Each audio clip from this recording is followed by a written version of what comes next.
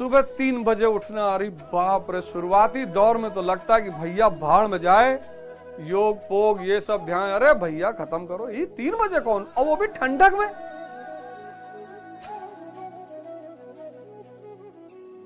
वो भी ठंडक में 3 बजे। फिर नहा धो के साधना, भाड़ में जाए यार। कोनो और सरल रास्ता देखो, कोनो पंडित मौलाना पादरी मिले होगा, 2-4 लाख रुपया दे दो, वो सीट बुक कराई दी ऊपर। क्रिश्चियनिटी में था लेटर्स ऑफ इंटेलिजेंस, क्रिश्चियनिटी में लेटर्स ऑफ इंटेलिजेंस। ये जो यूरोप के सामंत थे, ये ईसाई पादरियों को पैसा देते थे स्वर्ग में सीट बुक कराने के लिए। तो पादरी लेटर लिखता था, फिर जब वो व्यक्ति मरता था तो उसके कब्र में रखा जाता था। पूर्वांचल में 10 बीघा खेत है, अमेरिका में 10 अरब डॉलर की संपत्ति कमा ली, पूर्वांचल छोड़ दिया। समझ में आता है। इस तरफ तो कुछ, कौन देगा सुरक्षा? अकेले कौन है मेरे साथ? कोई नहीं। क्या दिख रहा? कुछ नहीं। जय हिंद फ्रेंड्स। गुरु भगवान को सादर चरण स्पर्श, चरण वंदन। आज अर्जुन बोलेगा और यहीं से कहानी की शुरुआत होगी। लेकिन और एक ऐसे पाठ की शुरुआत होगी जो साधक पहले चरण में फेस करता है। अध्यात्म का जो पहला चरण है वो बहुत खतरनाक है, और ये अर्जुन के इस प्रसंग से हमें दिखाई पड़ेगा। और जब आप शुरू करोगे तो आप फेस करोगे वो सारी चीजें, सब दिखाई पड़ेगा आपको। जो जो अर्जुन बोलेगा एग्जैक्टली वही सारी बातें पहले चरण में आपके सामने भी पैदा होंगी।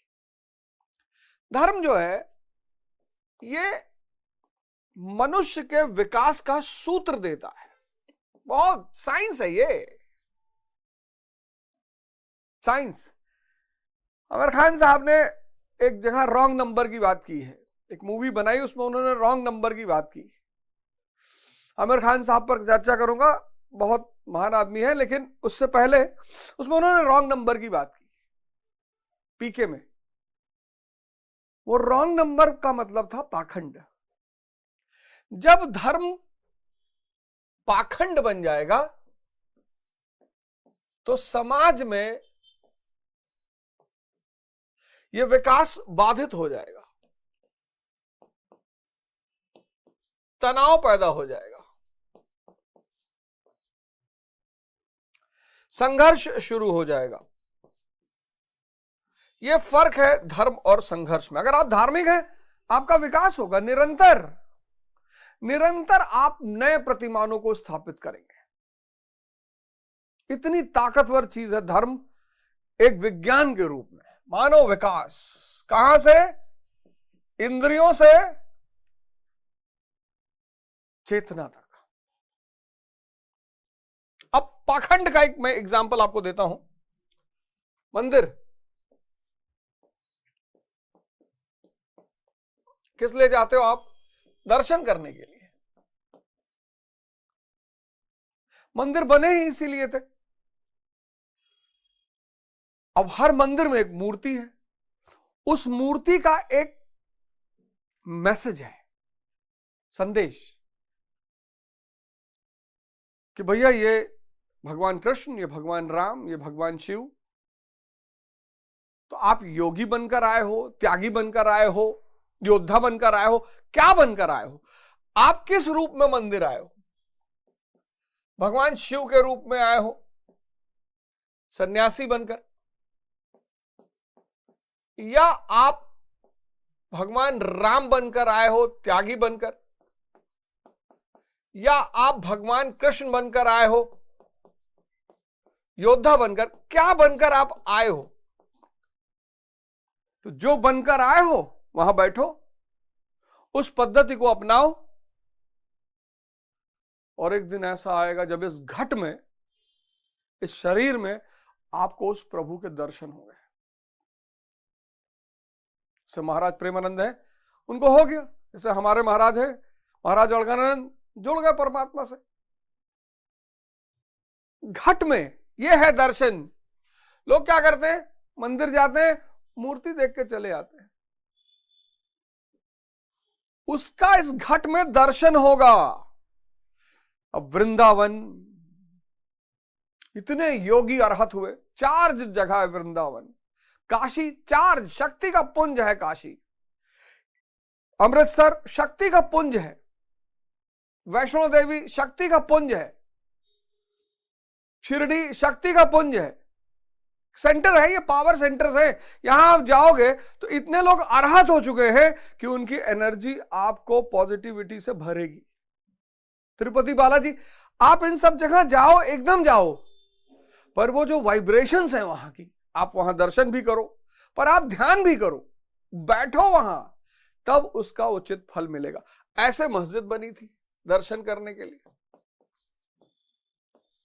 ऐसे चर्च बना था दर्शन करने के लिए, ऐसे गुरुद्वारा बना था दर्शन। ये सारी जगह बनी ही इसीलिए थी कि संसार से अलग जब आप इन जगहों पर आओगे तो संसार बाहर छोड़कर आओगे। सिर्फ चप्पल बाहर नहीं उतारोगे, मन को भी बाहर उतारोगे। अगर मन आपका, जब आप इसके अंदर जाते हो और आपके साथ जाता है, तो आप अंदर गए ही नहीं,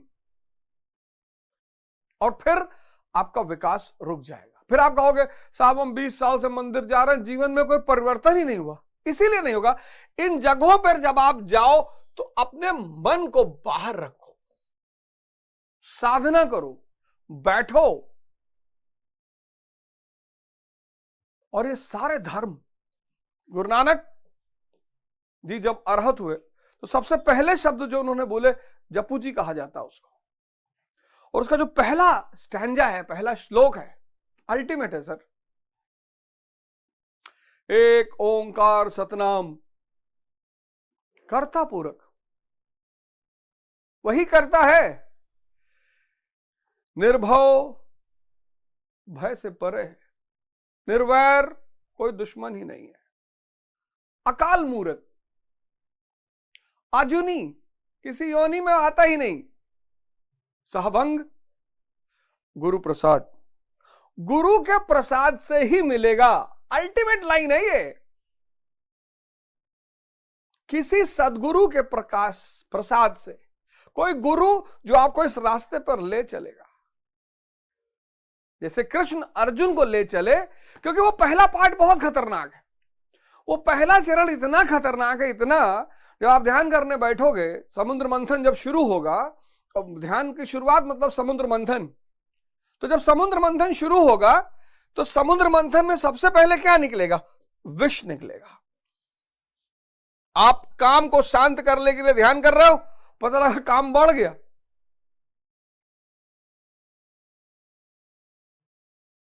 किसी भी स्त्री को पकड़ लेने की इच्छा पैदा हो गई, आप लोभ को कंट्रोल करने के लिए कर रहे हो, पता लगा लोभ बढ़ गया। आप क्रोध को संभालने के लिए ध्यान शुरू किए हो कि भैया मुझे बहुत क्रोध है, आप और क्रोधी हो गए। आप मोह से बचना चाहते हो, आपके मोह में और विकास हो गया। यही तो है पहला चरण। सब घबरा जाते हैं, सब, अरे भैया। तो इस चरण में, यह चरण गुरु के बिना संभव ही नहीं है, ही नहीं।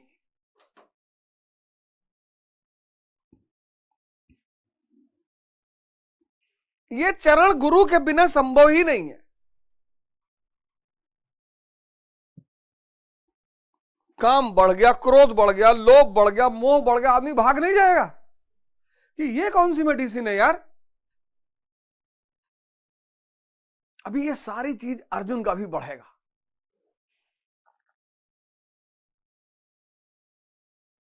ये सारी चीज अर्जुन का भी बढ़ेगा, और तब साक्षात श्री कृष्ण।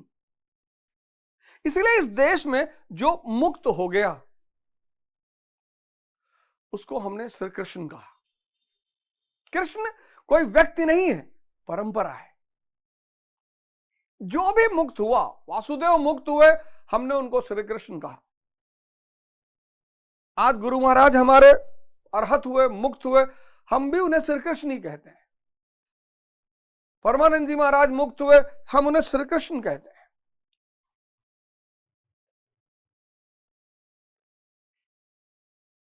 ये इस देश की संस्कृति है। जिसने अपनी बाहर भागती हुई धारा को, चेतना को अंदर की तरफ मोड़ लिया, वो राधे राधे कहने लगा। राधा राधा कहने से कुछ नहीं होगा। वो जो चेतना की धारा बाहर भाग रही है, स्त्री देखकर भाग रही है, गाड़ी देखकर भाग रही है, धन देखकर भाग रही है, उसको वापस साधना के द्वारा अंदर की तरफ लाना है। यही साधना है। और पहला चरण साधना का बहुत चुनौतीपूर्ण, बहुत बहुत चुनौतीपूर्ण, बहुत चुनौतीपूर्ण, मतलब उससे बच पाना किसी के बस की बात नहीं है।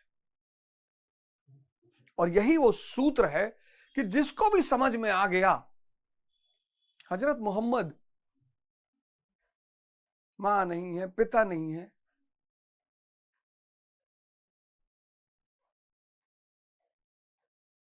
कितना चुनौतीपूर्ण जीवन है हजरत मोहम्मद का, कितना चुनौतीपूर्ण जीवन है। और उन्हें यह सूत्र पता चल गया। हीरा की पहाड़ियों में साधना की उन्होंने, पैगंबर बन गए।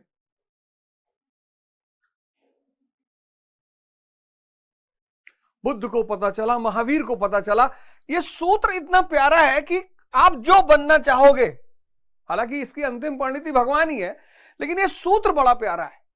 इसलिए मैं आप सबसे निवेदन करता हूं, चलो आप नहीं भगवान बनना चाहते, कोई बात नहीं, आप आईएएस ही बनना चाहते हो, बना देगा ये आपको। ये तो दाएं हाथ का खेल है इसका। आप मेंबर ऑफ पार्लियामेंट बनना चाहते हो, बना देगा। मैं तो बार बार आपसे कहता हूं, ये सूत्र इतना ताकतवर है, आपको अंदर से इतना ताकतवर बना देगा। आपका डिप्रेशन खत्म कर देगा, चिंता खत्म कर देगा, तनाव। और जिंदगी पर डे, गाना था ना, जिंदगी हर कदम एक नई जंग है, हर दिन एक जंग है, हर दिन एक चुनौती है।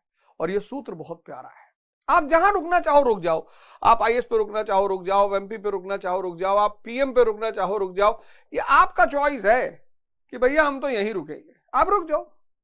हालांकि इस सूत्र का अंतिम जो परिणाम है वो ईश्वरत्व,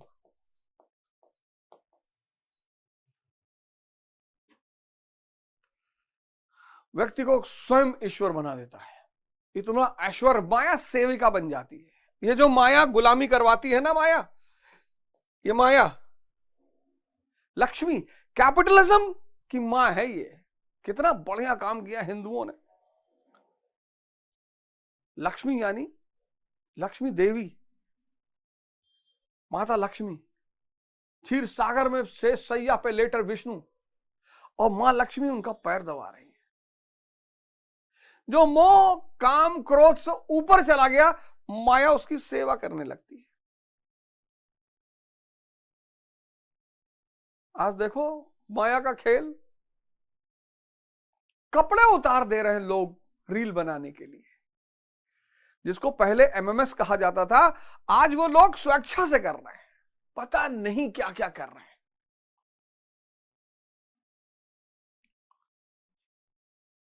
माया का खेल है, पागल करके रख दिया माया ने आज।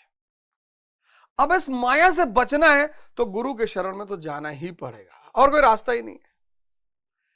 इस देश में दो आदमी को परमेश्वर कहा गया, गुरु को, एक पति को। अब पति को परमेश्वर क्यों कहा गया, ये मैं किसी और शिवरात्रि के दिन इसकी चर्चा करूंगा। शिवरात्रि का जो मेरा एपिसोड आएगा, मैं उसमें इस बात की चर्चा करूंगा कि पति को परमेश्वर क्यों कहा गया। लेकिन फिर पति भगवान शंकर जैसा होना चाहिए। आज शादी का मतलब पुरुष को लगता है कि एक औरत ले आए, उससे बच्चा पैदा कर लेंगे, वो हमारे इशारों पे चले। ऐसे नहीं होगा। शक्ति कमजोर व्यक्ति के साथ रह ही नहीं सकती, और स्त्री का मतलब शक्ति। इसलिए मैं बार बार ये बात कहता हूं कि स्त्रियां खराब कभी नहीं हो सकती, हो ही नहीं सकती। अगर एक बहुत शक्तिशाली पुरुष वैश्या को मिल जाए तो वो उसे प्रेम करने लगे। आप कभी मौका लगे तो आप चित्रलेखा पढ़ना, कभी आपको मौका लगे आप चित्रलेखा पढ़ना भगवती, आपको स्त्री समझ में आएगी। साहित्य से अच्छा दोस्त तो मनुष्य का हो ही नहीं सकता। तो आप, और आज के युग में तो गुरु अनिवार्य है, वरना ये सभ्यता विलीन हो जाएगी, ये माया सब खत्म कर देगी, सब पागल कर देगी ना आदमी को। भाई किसी का एक्सीडेंट हो गया, आप उसे उठाने को जाए उसका वीडियो बना रहे हो, आप सोचो आदमी की मानसिक स्थिति क्या है। उसको यह है कि इतना सेंसिटिव सीन है कि इसको मैं बेच लूंगा, ये मर जाए मुझे क्या फर्क पड़ता है। ये स्थिति आ गई है और ये बहुत विनाशकारी स्थिति है, कोई नहीं बचेगा, पूरी सभ्यता सब कुछ विलीन हो जाएगा, माया सब पर्दे कर डालेगी। अब अर्जुन जब साधना की शुरुआत करने जा रहा है तो अर्जुन विचलित हो रहा है, अर्जुन शोक करने लगा। यहीं पर पिछली लाइन मैंने खत्म की थी कि अर्जुन शोक करने लगा। अब ऐसा क्यों होता है कि जो भी व्यक्ति इस रास्ते पर चलता है उसका पहला चरण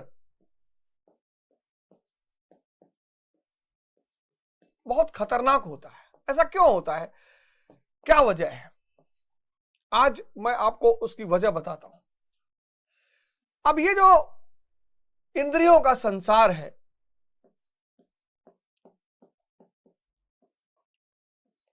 किसका संसार? इंद्रियों का, सेंसेस, मन और इंद्रियों का जो संसार है, और अध्यात्म का जो संसार है, इन दोनों में एक बड़ी जबरदस्त अंतर है। क्या अंतर है? यहां सुरक्षा है, मां बाप, भाई बहन, रिश्तेदार, सुरक्षा है। यहां असुरक्षा है, कोई है ही नहीं। गुरु कहता है तुम्हारा दुनिया में कोई नहीं है। अब ये सुनकर ही जी कांप जाता है कि अरे हम अकेले। पहला अंतर। दूसरा, ये दृश्य है, यहां जो कुछ भी है सामने है, स्त्री सामने है, पैसा सामने है, घर सामने है, गाड़ी सामने, यहां सब कुछ सामने घटित हो रहा है, दिखाई पड़ रहा है। यहां सब कुछ अदृश्य है, सिर्फ आप देखोगे, बाकी कोई नहीं देखेगा। तो पहली बात तो सुरक्षा है इस दुनिया में। यहां सुख दिखाई पड़ता है कि भैया ब्याह बाग खुश है, अरबन रुपया रखे खुश है, दिखाई पड़ रहा है। 5 करोड़ की गाड़ी बैठ रहे हैं, आप देख रहे हो, खूबसूरत पत्नी है, आप देख रहे हो। यहां जो उपलब्धि है, जिसको आनंद कहते हैं, सच्चिदानंद, ये दिखाई नहीं पड़ती। ये जिसको मिल रही है बस उसी को दिखाई पड़ रही है।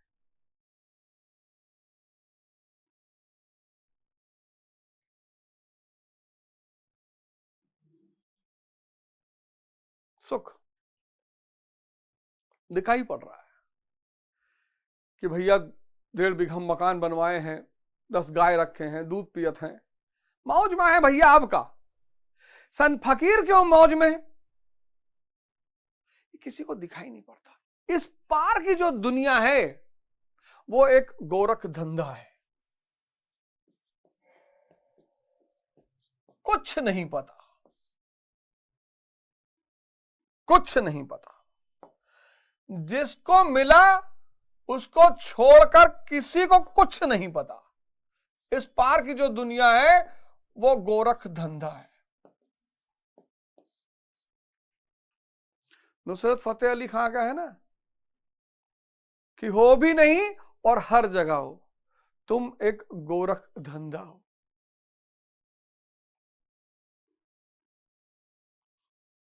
अपनी पहचान की खातिर बनाया सबको और सबकी आंखों से खुद को छुपा रखा है।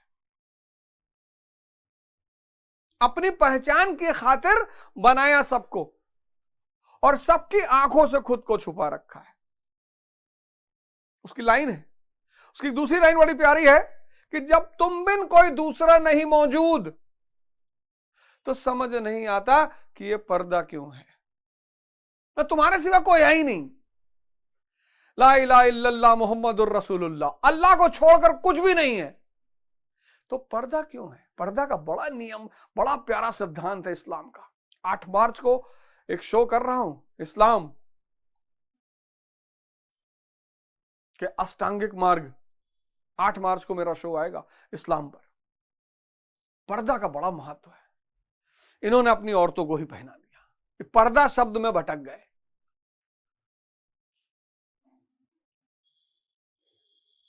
पर्दा नशी को बेपर्दा ना कर दूं तो अकबर मेरा नाम नहीं। कव्वाली है ये, ऋषि कपूर साहब जी पर फिल्म आई गई है। पर्दा ये पर्दा, पर्दे के पीछे पर्दा नशी, और पर्दा नशी को बेपर्दा, अकबर मतलब महान, पर्दा नशी को बेपर्दा ना कर दूं तो अकबर मेरा नाम नहीं। ये जो साइड है, ये जो पार्ट है अध्यात्म का, इसको कबीर कहते हैं गूंगे का गुड़। जिसको मिल गया वो मौज में है, किसी को बता ही नहीं पा रहा है। यही सबसे बड़ी चुनौती है इस पार्ट की। गूंगे का गुड़, कबीर कहते हैं गूंगे का गुड़। मैं तो मौज में हूं भैया। लोग कहते हैं बताओ भैया कैसे हो? बता ही नहीं सकते, ना तो बता सकते हैं ना किसी को दे सकते हैं। जैसे यहां आपकी संपत्ति है तो वो विपत्ति, जो मरने पे छूट जाए वो विपत्ति, जो मरने पे साथ जाए वो संपत्ति। लोग कहते हैं भैया खाली हाथ आए थे। कौन कहता है? सांस लेकर आए थे, कोई खाली हाथ नहीं आया। ये जो संपत्ति है ये आप अपने उत्तराधिकारी को दे सकते हो। ये अगर इस संपत्ति को दिया जा सकता तो बुद्ध अपने बेटे को दे देते, गुरु नानक देव जी अपने बेटे को दे देते, गुरु अंगद को देने की क्या जरूरत थी? इस संपत्ति को पाने के लिए योग्यता चाहिए और इस संपत्ति को पाने के लिए संबंध चाहिए।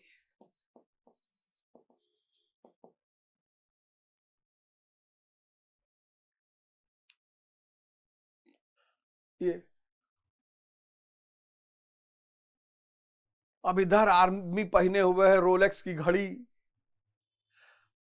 लुई विट्टन का जूता 2 लाख रुपए का, बर्बरी की शर्ट पहना, सब दिखाई पड़ रहा है कि भैया अमीर है तो है।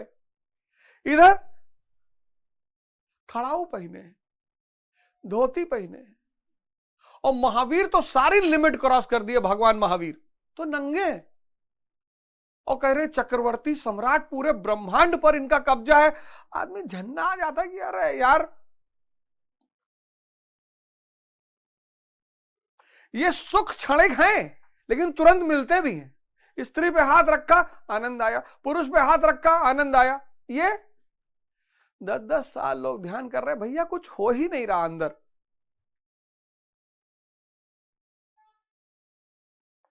यहां टाइम इज मनी, यहां टाइम इज गॉड। यहां का आदर्श कौन है? Elon Musk. इस फील्ड का आदर्श कौन है? Ambani, Adani, Elon Musk, Bill Gates, Steve Jobs. इस फील्ड का आदर्श कौन है? शबरी। जिसको सब्र आ गया वो सबरी हो गया। इस फील्ड की आवश्यकता क्या है? उत्तेजना। इस फील्ड की सब्र, धैर्य।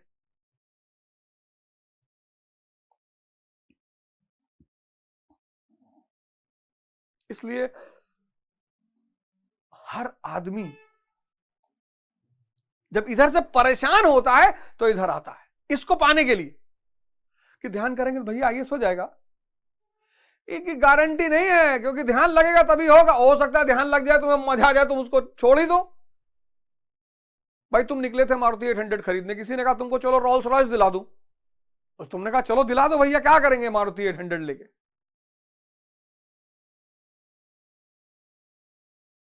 इधर के बहुत सारे लोग इधर आते हैं अपनी वासना को पूरा करने के लिए।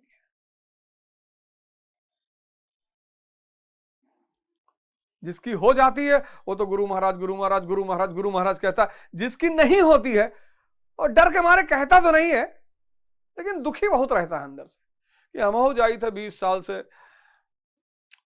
कौन इतना बड़ा परिवर्तन नहीं भा, कुछ बदला नहीं, लड़का हमारा वैसे बीमार रहा था, मेरे रुआ भागिन गए पिछले साल, देखबे की हो खैरानी माग लग गए, कुल फसल जल गए, पता नहीं कहा गुरु भगवान, लेकिन चलो भाई सब भरोसा करा थे तो हमहू करी थे। ये अलग खेल है।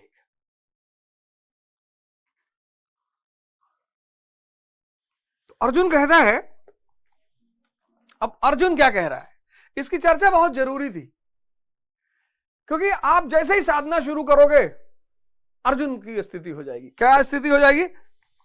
दृष्टवेम स्वजनम कृष्णम युयुत्सम समुपस्थितम सिदंतिमम गात्राणि मुखम च परिशुष्यति वे वेपथुष शरीरे में रोमहर्षस जायते। हे कृष्ण, युद्ध की इच्छा वाले खड़े हुए इस स्वजन समुदाय को देखकर मेरे अंग स्थिर हुए जाते हैं, मुख सूखा जाता है और मेरे शरीर में कंप तथा रोमांच हो रहा है। ये देखो, ये विष निकलना शुरू हुआ, ये कह रहा है कि मेरे अंग स्थिर हुए जा रहे हैं, मुख सूख जा रहा है, शरीर कांप रहा है।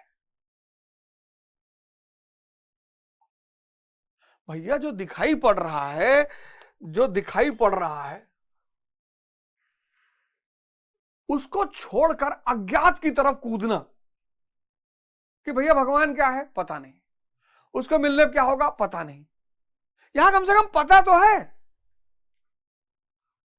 और गुरु भी कभी कभी कहता है कि मेरे ऊपर भरोसा मत करना।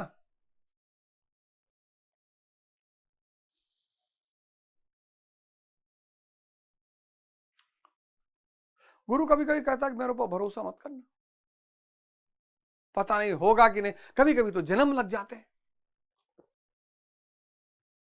एक बूढ़ा सन्यासी और एक जवान सन्यासी दोनों एक पेड़ के नीचे बैठ के साधना कर रहे थे। भगवान शंकर ने नारद जी को भेजा कि जाओ देखो, दोनों को मौका लगे, अगर सही कंडीशन हो दोनों को मुक्त कर दो, जाओ परीक्षा लो इनकी। नारद जी आए नीचे, तो उस जवान सन्यासी से पूछा, कहा क्या चाहते हो? कहा साहब मुक्ति चाहते हैं। बोले इस पेड़ में जितनी पत्ती है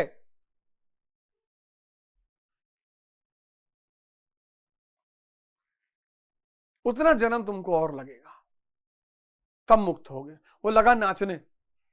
कहा अच्छा बस इस पेड़ में? नारद जी सही बताइए, इस पेड़ में है कि और कोई पेड़ है? बोले नहीं बस इस पेड़ में। वो लगा नाचने कि चलो ये तो कंफर्म हो गया कि इस पेड़ में जितनी पत्ती उतने जन्म के बाद में मुक्त हो जाऊंगा। फिर उस बुजुर्ग के पास गया, उसने कहा मुक्त तो तुम भी हो जाओगे, लेकिन ये जो डाल निकली हुई है ना, इस डाल पर, इस एक डाल में 20-25 डालें रही होंगी, उसने कहा इस एक डाल में जितनी पत्ती है उतना जन्म तुमको और लगेगा। उसने चोला वोला उठा फाड़ फूक के कि मरे जा रहे हैं, दंड वंड सफेद, बोले ये सब नाटकबाजी है, जाना ही नहीं भाई साहब, इस रास्ते पर जाना ही नहीं। एक बुजुर्ग और जवान सन्यासी लौटते थे आश्रम की तरफ। सांझ हो रही थी, एक नदी पड़ी, नदी के सामने एक स्त्री खड़ी थी, युवा सुंदर। और उसने सन्यासियों से कहा कि मुझे डर लग रहा है, मुझे अपने कंधे बैठा के नदी पार करा दीजिए। बुजुर्ग सन्यासी ने सोचा स्त्री को छूना तो पाप है, ये तो पतन की तरफ ले जाएगी। अरे ये क्या विचार आ गया, वो तुरंत पानी में उतर गया, क्रॉस करने लगा।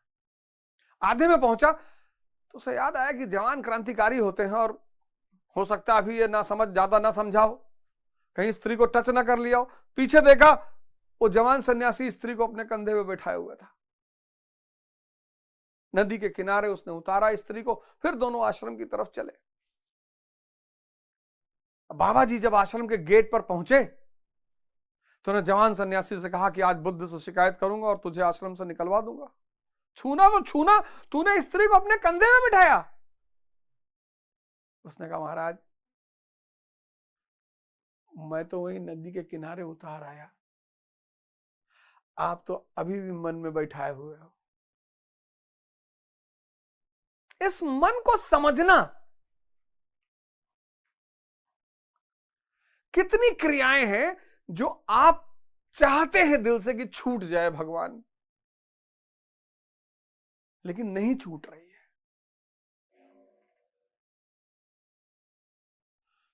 नहीं छूट रही है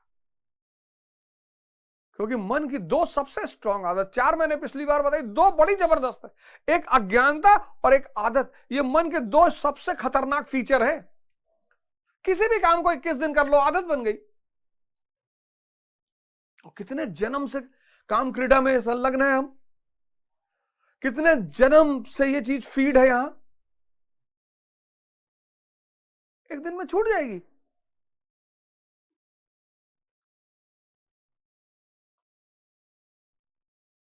एक दिन में छूट जाएगी।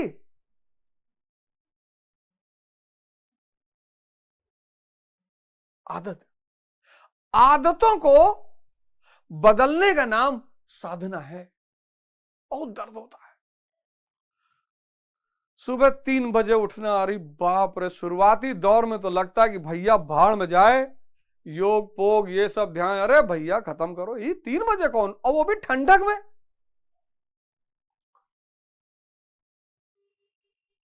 वो भी ठंडक में 3 बजे, फिर नहा धो के साधना, भाड़ में जाए यार। कोनो और सरल रास्ता देखो, कोनो पंडित मौलाना पादरी मिले होगा, 2-4 लाख रुपया दे दो, वो सीट बुक करा दी ऊपर। क्रिश्चियनिटी में था लेटर्स ऑफ इंटेलिजेंस,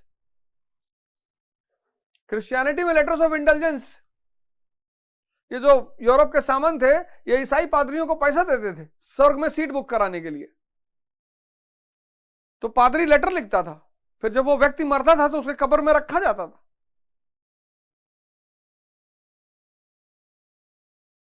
मौलाना भी बताता है कि स्वर्ग कैसे मिलेगा, पुरोहित भी बताते हैं कि स्वर्ग कैसे मिलेगा। मरते वक्त गाय दान करवा देते हैं। गौ मतलब क्या, इंद्रियां, इनका दान करना आगे इस किताब में है। गौ मतलब इंद्रियां, वो गाय नहीं जो बाहर है, वो तो खैर महान है ही है। गौ मतलब इंद्रियां, जो इंद्रियों का दान कर देगा वो स्वर्ग पहुंच जाएगा। आदत को बदलने की प्रक्रिया का नाम है साधना। बहुत कष्ट होता है। अर्जुन कह रहा मैं कांप रहा हूं। फिर और आगे चल बता रहा है, वो कह रहा है गांडीवम संसते हस्तात कचैव परिदाहते न च शक्नो मैं वस्तथौ भ्रमतीव चा में मना। हाथ से गंडीव गिरता है, त्वचा जल रही है, अर्जुन को ज्वर सा हो आता है, संतप्त हो उठा है कि ये कैसा युद्ध है जिसमें स्वजन ही खड़े, अपनों को छोड़ना है। ये कौन सा खेल है भैया, बचपन से पाले मां बाप चाचा ताऊ बताए, अब कह रहे हो ये सब माया है। अर्जुन को भ्रम हो गया। वह कहता है कि अब मैं खड़ा रह पाने में भी अपने को असमर्थ पा रहा हूं, अब आगे देखने का सामर्थ्य नहीं है। कांप रहा है, बुखार चढ़ गया, बैठ रहा है कि ना भैया, हम सब गौर करो ये हमारी स्थितियां नहीं है। हम सब आते हैं गुरु महाराज, लोग कहते हैं इस देश के संत बेईमान है, कोई बेईमान नहीं। आप संतों के पास जाते हो ज्ञान के लिए, जितने लोग धन के लिए जा रहे हैं, इसके लिए, माया के लिए, वो गलत जा रहे हैं। हाँ, संत दया में, करुणा में आगे कुछ ना कुछ आपको दे दे, वो एक अलग बात है। कर्म विकर्म अकर्म, उस पर भी चर्चा करूंगा, एक बार मैं बता चुका हूं आपको। संत दे कुछ भी सकता है आपको, इतना तो पूरा ब्रह्मांड उसके कब्जे में है, पूरा यूनिवर्स। आप मांगते ही बहुत छोटा हो। ऐसा नहीं कि वो नहीं दे सकता, दे देगा। आप कहोगे साहब हमारे लड़का नहीं है, दे देगा। धन नहीं है, जाओ धनी हो जाओ, जाओ कमा लो 2 चार। करुणा में कि बच्चे हैं, खिलौना मांग रहे हैं, दे दो यार, कभी तो बड़े होंगे। जैसे हम छोटे थे अपने माता पिता से खिलौना मांगते थे, ऐसे जब हम गुरुओं से जाकर मांगते हैं पैसा, धन, स्त्री, बच्चा, तो वो भी करुणा में आके कहते हैं चलो कोई बात नहीं, बच्चा है आज खिलौना मांग रहा है, कभी आध्यात्मिक विकास इसका भी होगा तो ये समझेगा। आने दो आश्रम, कभी ना कभी, कहीं ना कहीं, किसी ना किसी घटना से हो सकता है ये आध्यात्मिक रूप से विकसित हो जाए। लेकिन संत, महात्मा, गुरु ये सिर्फ ज्ञान के लिए होते हैं, सिर्फ।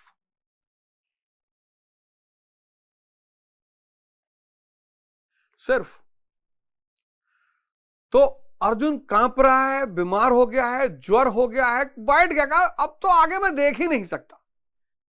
निमित्तानि च पश्यामि विपरीतानि केशव, न च श्रेयो अनु पश्यामि हत्वा स्वजने महावे। हे केशव, इस युद्ध का लक्षण भी विपरीत देखता हूं। युद्ध में अपने कुल को मारकर परम कल्याण भी नहीं देखता हूं। कुल को मारने से कल्याण कैसे होगा? क्या बात है, अपने परिवार, अपना कुल, इसको छोड़ दे, उस पार कुछ दिखाई ही नहीं पड़ रहा है।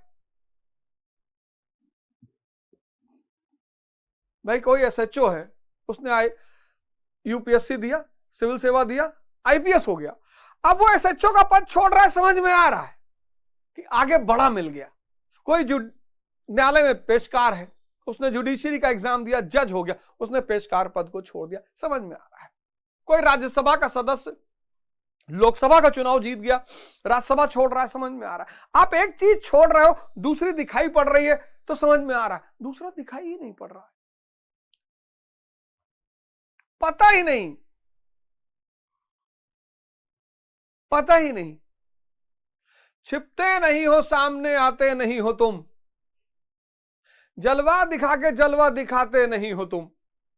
हैरान हूं मेरे दिल में समाये हो किस तरह, हालांकि 2 जहां में समाते नहीं हो तुम। इन 2 आंखों से, यही पुरोहितों की ताकत है, क्योंकि वो इन 2 आंखों से दिखाई नहीं पड़ता, यही उनकी ताकत है। और हम बाहर देखने के आदी। शाह मस्तान बाबा बलूचिस्तानी का डेरा है सिरसा में, वहां मैं गया, रहा मैं वहां पे। वीरेंद्र भाई मिले, लहरी बाबा भाई मिले, और वकील साहब आदरणीय गुरु जी है वहां। वहां मैं गया, बड़ी शानदार जगह, बहुत शानदार अद्भुत जगह, सिरसा में डेरा सच्चा सौदा।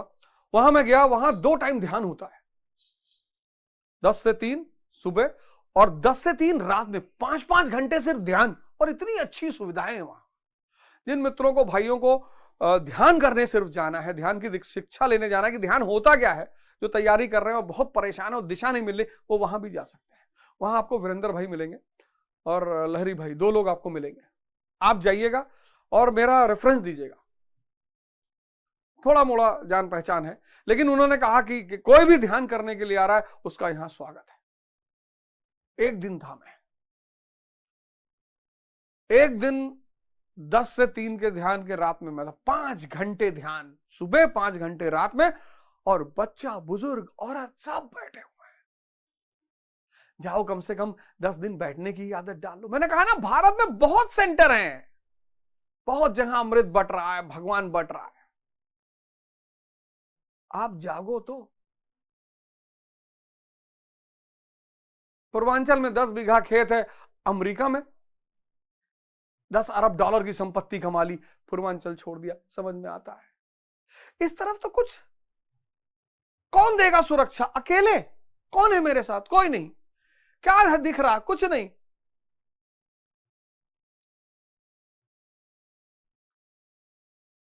कोई भी भयभीत हो जाएगा, कोई भी भयभीत हो जाएगा कि ये सब खत्म कर दूं, इतना पागल हूं मैं। गारंटी? बोले गारंटी कोई है नहीं। और ये हम सबकी दशा है। अभी आगे एक एक श्लोक में लगेगा कि ये हमारे साथ घट रहा है। यथार्थ गीता सब ले लो, सब मंगा लो आश्रम से, पढ़ो, सीरीज देखो, सोचो, समझो। बहुत सारे बुजुर्ग लोगों ने मुझे फोन किया, मेरे लिए जीवन की शायद इससे बड़ी कोई उपलब्धि होगी नहीं। नोबेल प्राइज अगर मुझे मिले, चाहिए नहीं और मिलेगा भी नहीं, लेकिन अगर मान लो एक दुनिया में कहते हैं सबसे बड़ा इनाम है नोबेल प्राइज, भारत में सबसे बड़ा इनाम है भारत रत्न।